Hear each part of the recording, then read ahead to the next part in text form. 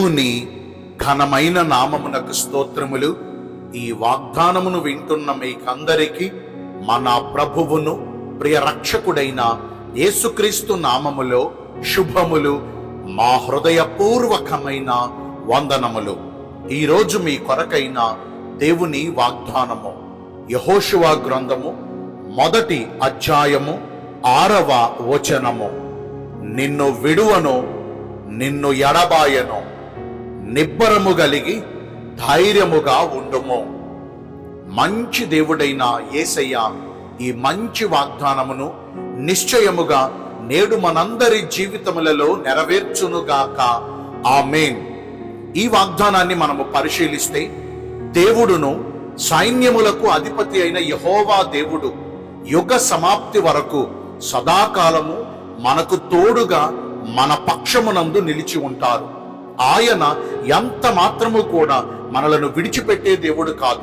ఆయన ఎంత మాత్రము కూడా మనలను ఎడబాసే దేవుడు కాదు. తన గర్భమందు పుట్టిన తన చంటి బిడ్డను ఒకవేళ ఆ తల్లి కరుణించకుండా మరచునేమో గాని, తల్లి గర్భమందు పిండముగా రూపించబడక మునుపే, జగత్తునకు పునాది వేయబడక మునుపే మనలను ఎరిగి ఉన్న దేవుడును, మనలను పేరు పెట్టి పిలిచిన యెహోవా దేవుడు ఆయన ఎంత మాత్రం కూడా మనలను మరిచిపోయే దేవుడు కాదు. పర్వతములు తొలగిపోయినను, మెట్టలు తత్తరిల్లినను ఆయన కృప ఎంత మాత్రం కూడా మనలను విడిచిపోయేది కాదు. శాశ్వతమైన ప్రేమతో ఆయన మనలను ప్రేమించుచున్నారు. కాబట్టి విడవకుండా, ఎడబాయకుండా ఆయన నిత్యమైన ఉన్నతమైన కృపను మనందరి ఎడలా చూపిస్తున్నారు. దైవజనుడైన మోషే మృతి పొందిన తరువాత తన ముందున్న ప్రయాణమును గురించి, ఇశ్రాయేలు సమాజమును గురించి యెహోషువ కలవరపడుచు దిగులు పడుచు ఉండగా, యెహోషువ యొద్దకు దేవుని వాక్యము వెళ్ళి ఇలాగుని సెలవిస్తుంది. యెహోషువ, ధైర్యము తెచ్చుకో, నిబ్బరము కలిగి ఉండు, చడియవద్దు, దిగులు పడవద్దు.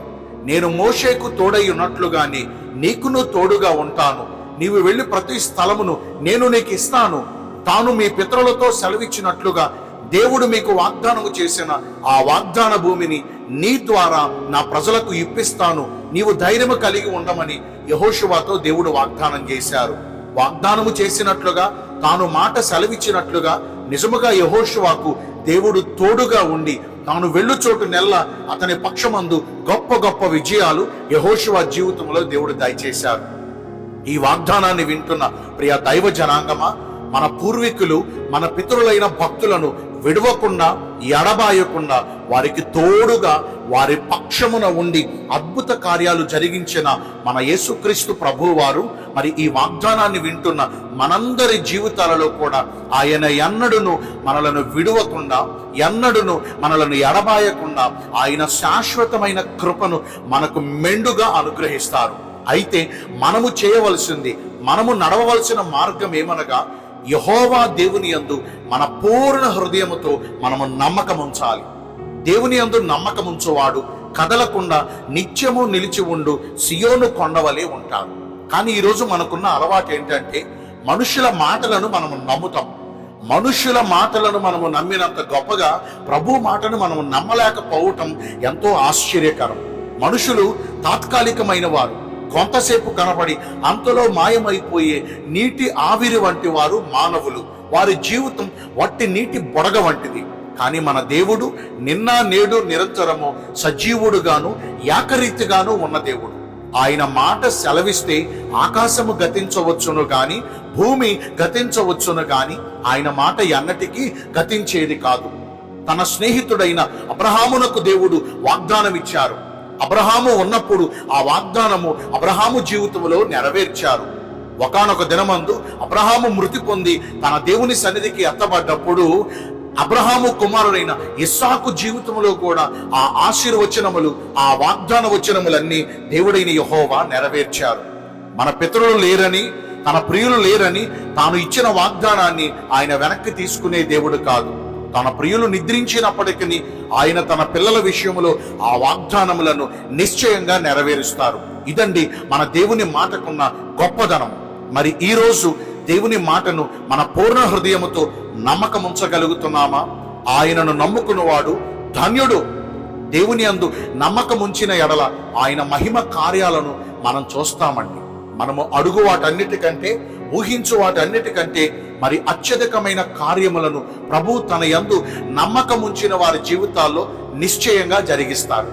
ఒక బిడ్డ తన తండ్రిని ఎలాగున నమ్ముతారో ఈ రోజున మనము మన దేవుడైన యెహోవాను అంతకంటే ఎక్కువగా నమ్మితే, ఆయనను నమ్మిన వారి జీవితాలలో దేవుడు గొప్ప కార్యాలు చేస్తాడు. ఆయన కొరకు కనిపెట్టుకుని వారిలో గాని, ఆయన యందు నమ్మకముంచు వారు గాని ఎంత మాత్రము కూడా సిగ్గునందరు. మరి ఈ రోజు నుంచి దేవుడిని మన పూర్ణ హృదయంతో నమ్ముదాము. దేవుని కార్యాలను మెండుగా మన జీవితాల్లో పొందుకుందాం. దేవుడి కొద్ది మాటలు మనందరి జీవితములలో నెరవేర్చునుగాక.